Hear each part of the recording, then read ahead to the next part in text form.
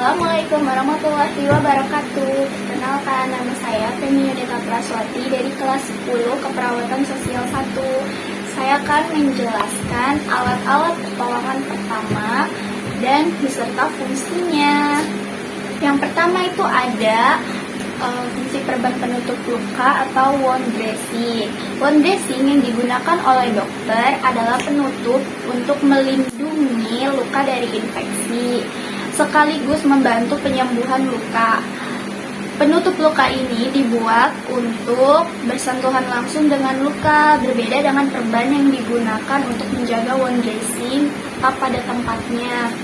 Wound dressing memiliki beberapa fungsi tergantung jenis, tingkat keparahan, dan lokasi luka.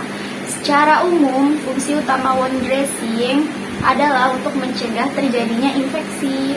Namun, di samping itu, wound dressing juga berguna untuk membantu beberapa hal di bawah ini. Yang pertama, menghentikan luka dan memulai proses pembekuan darah. Yang kedua, menyerap kelebihan darah atau cairan yang keluar dari luka. Yang ketiga, memulai proses penyembuhan.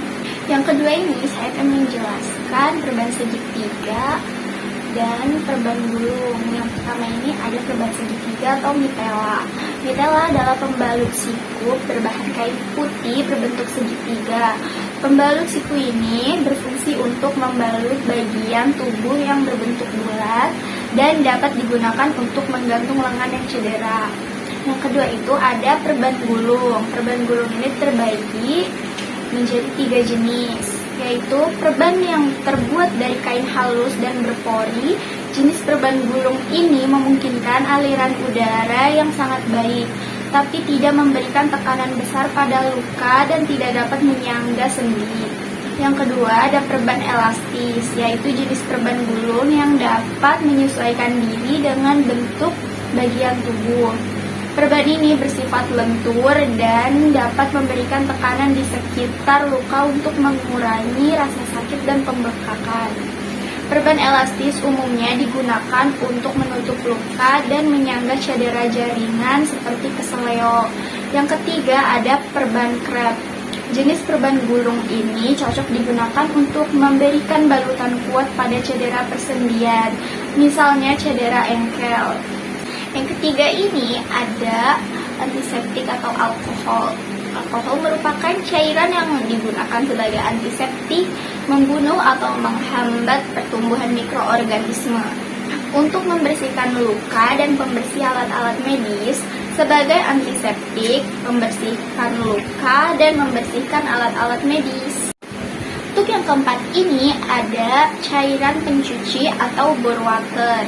Bore water adalah cairan yang mengandung asam borat yang berfungsi untuk kompres dan mencuci mata atau membersihkan mata dari kotoran. Untuk yang kelima ini ada peralatan stabilitas atau bidai. Bidai adalah berbagai tindakan yang upaya untuk menghindari pergerakan, untuk melindungi serta menstabilkan bagian tubuh yang cedera. Hal ini penting dilakukan sebelum tenaga ahli atau dokter atau paramedis dapat membantu Anda. Yang keenam ini ada spinal board, tandu spinal. Merupakan alat pengaman yang digunakan untuk menangani korban atau pasien, terlebih kepada perawat rumah sakit. Artinya digunakan untuk meminimalisir terjadinya kondisi terburuk si pasien atau korban sebelum tiba di rumah sakit atau tempat perawatan. Yang ketujuh ini ada gunting. Fungsinya adalah untuk memotong organ, membedah jaringan, mengangkat jaringan, memotong perban, melepaskan gips, dan memotong jahitan. Yang kedelapan ada senter. Senter adalah sebuah alat listrik portable yang merupakan sumber cahaya untuk menerangi dan dioperasikan dengan baterai. Biasanya sumber cahayanya adalah dari sebuah bola lampu pijar kecil atau lampu pendar yang dikenal dengan istilah lampu LED.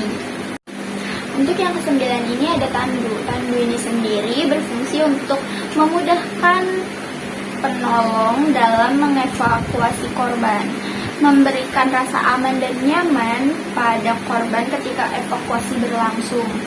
Ada berbagai macam dan bentuk pandu yang digunakan, namun tujuan dan fungsinya tetaplah sama, yakni sebagai alat untuk memindahkan atau mengevakuasi korban. Yang ke-10 ada tensimeter dan stetoskop. Untuk tensimeter atau yang lebih tepatnya disebut sphygmomanometer merupakan alat yang digunakan untuk mengukur tekanan darah. Dan stetoskop adalah sebuah alat medis akustik untuk memeriksa suara dalam tubuh. Dia banyak digunakan untuk mendengar suara jantung dan pernapasan, meskipun dia juga digunakan untuk mendengar intestin dan aliran darah dalam arteri dan vein. Yang ke-11 ini ada kapas. Kapas biasa digunakan untuk membersihkan bagian yang terluka sebelum dibubuhi cairan obat. Biasanya kapas juga dijadikan sebagai bantalan pelapis luka sebelum dipakaikan kasa dan perban. Yang ke-12 ada pinset, dikenal juga dengan istilah suture clip applying forceps. Pinset agrafe juga umum digunakan untuk tindakan pengobatan luka. Fungsi pinset agrafe ini sendiri adalah untuk menjepit elips pada bagian luka. Tujuannya agar luka tidak terbuka kembali sehingga bisa sembuh dengan lebih cepat. Yang ke-13 ini ada alat tulis. Alat tulis ini berfungsi agar dapat mencatat bagian yang penting dan mengingat dengan mudah. Bisa juga untuk menulis resep obat. Ke-14 ini ada kartu penderita. Kartu ini digunakan pasien sebagai identitas saat berobat di rumah sakit, klinik kesehatan, dan sebagainya. Kartu pasien ini akan menampilkan data diri pasien bersangkutan seperti nama, alamat, dan sebagainya. Dan untuk yang terakhir ini, yang ke-15 ada perban elastis. Perban elastis yaitu jenis perban gulung yang dapat menyesuaikan diri dengan bentuk tubuh. Perban ini bersifat lentur dan dapat memberikan tekanan di sekitar luka untuk mengurangi rasa sakit dan pembengkakan. Perban elastis umumnya digunakan untuk menutup luka dan menyanggak cedera jaringan seperti keseleo. Sekian dari saya. Wassalamualaikum warahmatullahi wabarakatuh.